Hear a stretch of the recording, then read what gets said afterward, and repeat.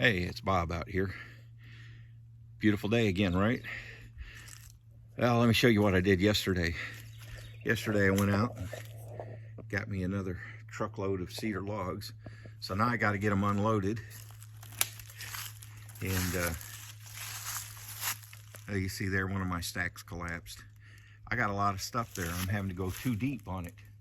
And I got a big pile that's down on the ground I got to deal with. So today, instead of doing cordwood, what I'm going to be doing is getting my truck unloaded and getting some of the stuff stacked up and be running a pressure washer. But the pressure washer will come after I take care of this. As you can see, the plastic on this that's one of the, it has deteriorated. One of the, and it didn't hold up too well to the, under the ice storms. And I had to do some, that's my door fastener. I had to do some patchwork repair. Now what's interesting here is, okay, this thermometer on the outside, I don't think it's right. It's showing 60, but it's not 60 out here. It's about 45 degrees. It picks up heat from the plastic. And I would say this one is right because it's nice and warm in here. It's reading a little over 80 degrees in here, and that's with this plastic that's in need of work. I've got a gap here, all kinds of leaves in it, and some plastic that's torn up. So, and that tore up. Yeah, one of the problems with this plastic is it doesn't hold up real well to the UV, and it does deteriorate over time. So I'll have to replace this. It'll cost me about $20 to replace it. Some days I think I should have gone ahead and spent the money for that, spent the $200 and something for the clear corrugated fiberglass panels. Then I wouldn't have to deal with this all the time. But this last round of plastic should be the last that I have to put on it. So I'll put about $40 into plastic covering for this thing. So I've come out ahead there, I guess. At any rate, I got to get this taken care of because in a couple days we've got rain coming in, and rain over the next several days, and this isn't going to work very effectively.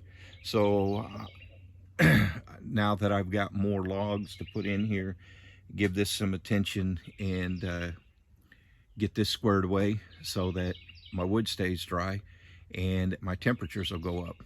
I'll rip this plastic off and dispose of it and get this cleaned up. I have to go get me some more plastic to put on it, and then get to work on stripping logs. All right, got a good solid 6 mil solid plastic roof up on it again. Got the ends sealed off, got the sides sealed off, fix a few holes and leaks. Still got some miscellaneous stuff hanging down. And now time to head out there to my bark stripping station and strip some logs to put in here. All right, well, I got quite a few logs stripped off, and that's on about 1.5 tanks of gas. But now I'm gonna have to take a little break here. You see, I've got my little cradle, and there's not much left there, and that totally went. I had a log go flying off. I was like, what in the world? And that's because I'm gonna have to do a little repair work here. I knew these would eat away, so that's not a big deal. I'll just get my Sawzall and I'll cut this off and cut this off, cut this straight, and I'll just nail in some more pieces there and be ready to go again until I wear those out.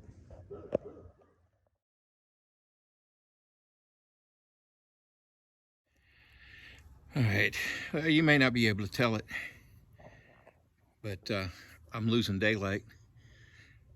These cameras have a way of making it seem a lot lighter than it is.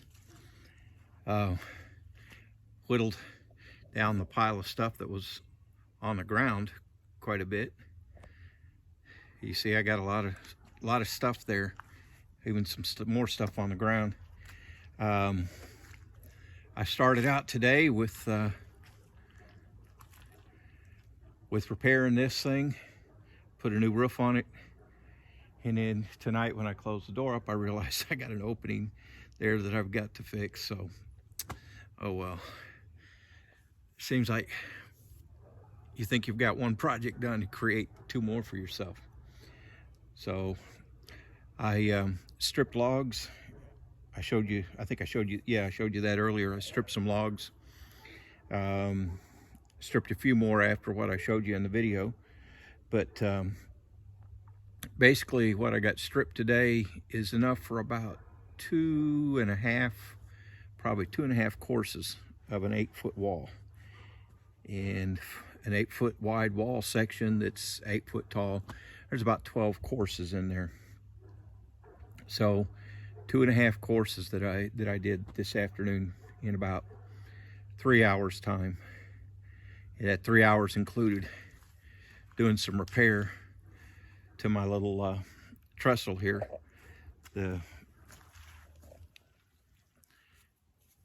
These got eaten away by the pressure washer, so I cut them off and I just tied in some more piece of wood to cradle it better. And I said, now I'm losing daylight and my feet hurt wearing these rubber boots instead of my nice boots. So it's about time to go in and get something to eat and put my feet up and call it a day. You know, I've had people ask me, you know, why is it taking so long to get your house done? Why is it taking so long? You should have that house finished by now. Well, you know, if I was doing a standard stick-built house, I should be done by now. Because, you know, just go buy a bunch of 2x4s. You can knock together a 2x4 wall pretty quick. I can knock together an 8-foot section of wall using 2x4s in, I think, 20-30 minutes. I mean, especially if you cheat and you buy pre-cut studs to go inside. So it doesn't take that long to knock one together. But, pardon me, I had to sit down for a little bit. But you can see that cordwood wall behind me back there. Now, for every 2 days that I spend installing cordwood in a wall, like back there, I'll spend at least 3 days going out to the woods and cutting the logs down, stripping the bark off logs, and then processing them for use in the wall. By processing them, what I mean is I may have some little knots and stubs sticking out from them that I'll trim off. Now, they're inside the wall, you wouldn't see them, but if I've got knots and stuff and little stubs sticking out from the side of the log, then that gets into my insulation space, and it also can wreak havoc with how close I can get the logs together to keep my mortar joints uniform. I'm trying for about 1.5 to 2 inch mortar joints between the logs, no more than that. And so, and then of course, when I'm cutting them out there in the field, I don't get them to exactly 16 inches. I marked them and cut them at 17 inches. And that way, when I come up here, you'll bring them up here and before using them, well, I'll trim the ends off. I'll see how long they are and I'll trim them off to get them exactly 16 inches. And I trim them with my miter saw. Now some of them are too big. I can't get cut all the way through with the miter saw, so I cut part way through with the miter saw and then finish it with the wood cutting blade in my Sawzall. But by doing that, what I do is I get, instead of having those rough chainsaw marks on the logs inside my house, I've got a nice smooth cut inside and out. And the blade that I've got in my miter saw does a real nice job of giving a nice smooth finish to it. So I don't really even need to sand it or anything like that. So when I do one of these walls, yeah, I've got a lot of labor into it. It's about a 27-mile drive to where I'm cutting down the cedar trees, which is really funny because as a crow flies, it's less than 6 miles, but it takes me 27 and a half miles to get there by roads. So I've got the gas and the time in doing that, but what it cost me for, let's say, the drip rail that I put at the bottom, the roofing felt that I put between the cordwood and the floor, the drip rail that I put there to direct water, any water that comes running down, to direct it away from my foundation wood. My Portland cement, my lime, my sand, that I have to buy those materials, and then my insulation. I'm using a loose cellulose insulation that I fluff up. It's the blown in type, so I fluff it up by hand and then put that in the cavities in there. All those materials for an 8-foot wide wall section that's about 8 to 10 foot tall. All of that material cost me $186. And when I get finished, now I've got 18 of those walls. So when I get finished with a wall section, I've spent $182 on materials. And yeah, I've got my gas for the chainsaw and the gas for getting out there, and my time, gas for the pressure washer. But when I get finished with that wall section, it's done. It's insulated, okay? I don't have to put any siding on the outside of it. I don't have to put drywall and mud and tape and paint on the inside of it. I don't even have to do trim, along the floor, because I'm tuck pointing the mortar that goes between there and the floor. So I don't even have to put trim there. So once I get that wall section done, I'm done. I don't have to mess with it again. I can go to the next one. But yeah, it takes time. Like I said, for every 2 days that I get to spend installing cordwood in the walls, I've got 3 days of cutting logs, stripping logs, and prepping logs. So yes, it takes time, but what it's getting me is a one-of-a-kind house. I really like it, and it's just something different and something pleasing. Yeah, it's taking time, and it takes a lot of sore muscles, but it's a lot of fun.